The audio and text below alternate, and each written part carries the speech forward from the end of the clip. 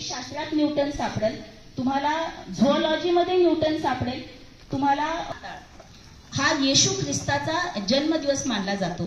तर 25 डिसेंबर 1542 ला त्यांचा जन्म झाला. पण नंतर काय केलं, कॅलेंडरची नवीन रचना केली गेली आणि या नवीन रचनेमध्ये न्यूटन यांचा जो जन्म आहे तो 4 जानेवारी 1543 मानला जातो. पण विचार करा, ज्या व्यक्तीने त्यांचा जन्म व्हायच्या 3 महिने अगोदरच त्यांच्या वडिलांचं निधन झालेलं होतं. आईने दुसरा विवाह केला आणि आजोबांनी सांभाळलं, म्हणजे त्यांना आईही नव्हती सांभाळायला आणि वडीलही नव्हते. पण न्यूटन हे लहानपणापासून खूप खटपटे होते. त्यांचा जो प्रवेश आहे तो केम्ब्रिज विद्यापीठामध्ये झालेला आहे. तुम्हाला केम्ब्रिज विद्यापीठाचा एक फोटो दाखवते मी. हे आहेत सर आयझॅक न्यूटन.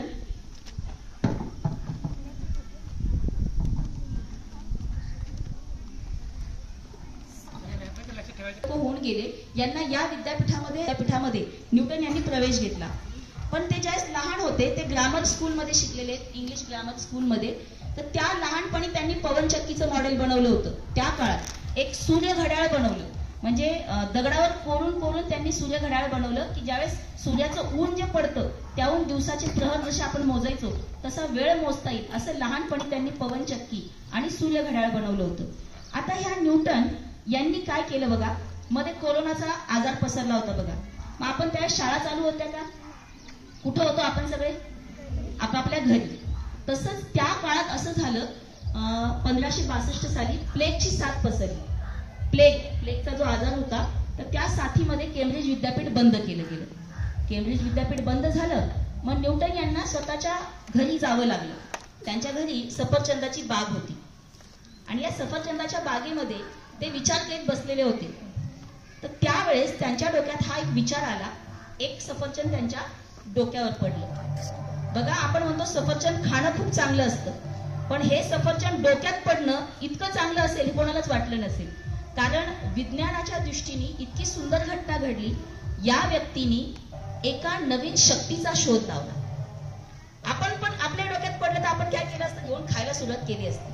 पण त्यांनी काय विचार केला, सफरचंद डावीकडं तिरपं नाही गेलं, उजवीकडे नाही गेलं, ते वरती पण नाही जात, ते सरळ खालीच काय येतं. या मातीच्या खाली जी जमीन आहे हिच्यामध्ये एक शक्ती आहे, त्याला त्यांनी गुरुत्वाकर्षण शक्ती हे नाव दिले. Gravitational force. आणि ग्रॅव्हिटी, गुरुत्वाकर्षण हा शब्द, ह्या शक्तीचा शोध त्यांनी लावला. आणि त्यांनी यावरून असं सिद्ध केलं पहिल्यांदा की आपल्या सगळ्यांना या पृथ्वीने धरून ठेवलेलं आहे. हे विज्ञानाला नंतर सिद्ध करता आलं. आपल्यापेक्षा चंद्राचं गुरुत्वाकर्षण कमी आहे. तुम्हाला चंद्रावर चालता येणार नाही. चंद्राचं आपल्यापेक्षा 6 पट कमी गुरुत्वाकर्षण. मग तिथं उड्या मारत चालावं लागतं. आपण साधा पाय टाकायला गेलो तर पटकन पडून जाऊ. विचार करा, ह्या पृथ्वीमुळे आपण सहज चालू शकतो, पडू शकतो, पण आपण तिचे उपकार मानतो का? नाही. पण हे त्या शास्त्रज्ञांनी शोधलं की ही माझी जी धरणी माता हिच्यामध्ये गुरुत्वाकर्षण शक्ती आहे, ही मला चालू देते. हे नंतर विज्ञानाला सिद्ध करायला वेळ लागलेला आहे, पण त्यांनी हे त्या काळात शोधलं. आता त्यांनी गतीचे नियम शोधले. तुम्हाला गतीचे नियम पण असतील बघा पुढे. गतीचा पहिला नियम, गतीचा दुसरा नियम, गतीचा तिसरा नियम. आणि या नियमांवर जे रॉकेट उडतं ना, आता आपण काय करतो, रॉकेट सोडतो, आपले सॅटेलाइट पाठवतो, हे सगळे रॉकेट न्यूटन यांनी शोधलेल्या गतीच्या नियमावर काम करतात. बरं, इंद्रधनुष्य कुणी कुणी पाहिलेलं आहे? किती रंग दिसतात बरं इंद्रधनुष्य? 7 रंग. कुणाला सांगता येते का 7 रंग कोणते ते? ताना, पिही, नी, पाजा. तर हे पांढरा रंग हा 7 रंगांपासून बनलेला आहे. हे पहिल्यांदा न्यूटन यांनी शोधलं. जर तुम्ही एखादी भिंगरी घेतली आणि त्या भिंगरीवर हे सगळे 7च्या 7 रंग काढले, त्याच्यावर कप्पे बनवून, आणि त्या भिंगरीला फिरवलं, तुम्हाला ती भिंगरी पांढरी दिसायला लागेल. हे बघा, हा तो फोटो आहे की ज्याच्यामध्ये त्यांच्या डोक्यावर काय पडलं. त्या बागेमध्ये ते विचार करत असताना ऍपल. आणि तुम्हाला माहिती का, जे स्टीव्ह जॉब्स ऍपल कंपनीचे मालक आहेत, ते इतके प्रभावित होते न्यूटन पासून की पहिला जो लोगो बनवला होता ऍपल कंपनीचा त्याच्यामध्ये असाच फोटो होता की झाडाखाली बसलेले न्यूटन आणि त्यांच्या डोक्यावर पडत असलेला ऍपल. नंतर त्यांनी थोडासा एक बाईट खाल्लेला, तुकडा खाल्लेला ऍपल हा नंतर त्याचा लोगो बनवला.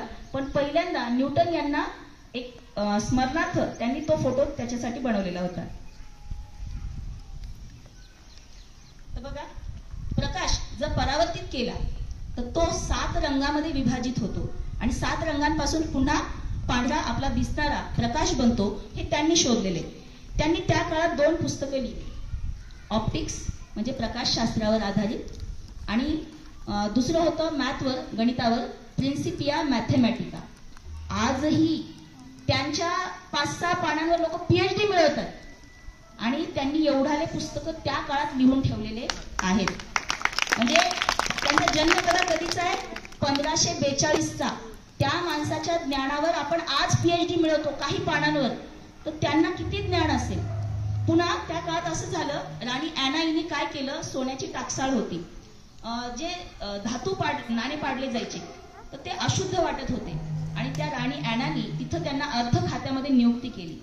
न्यूटन यांच्या काळामध्ये शुद्ध सोनं जे असतं त्याला लवकर नीट आकार देता येत नाही, पण जास्तीत जास्त शुद्ध सोनं वापरून त्यांनी नाणे घडवले, देशाची अर्थव्यवस्था ही व्यवस्थित केली. म्हणून राणी ॲना हिने त्यांना सर, नाईटहूड पदवी असायची त्या काळामध्ये, सर ही पदवी दिली. म्हणून नेहमी आपण त्यांचं नाव सर आयझॅक न्यूटन घेतो. त्यांचं नाव काय घेतलं जातं? Sir Isaac Newton. तर ही जी सर पदवी आहे ती जी राणी होती ती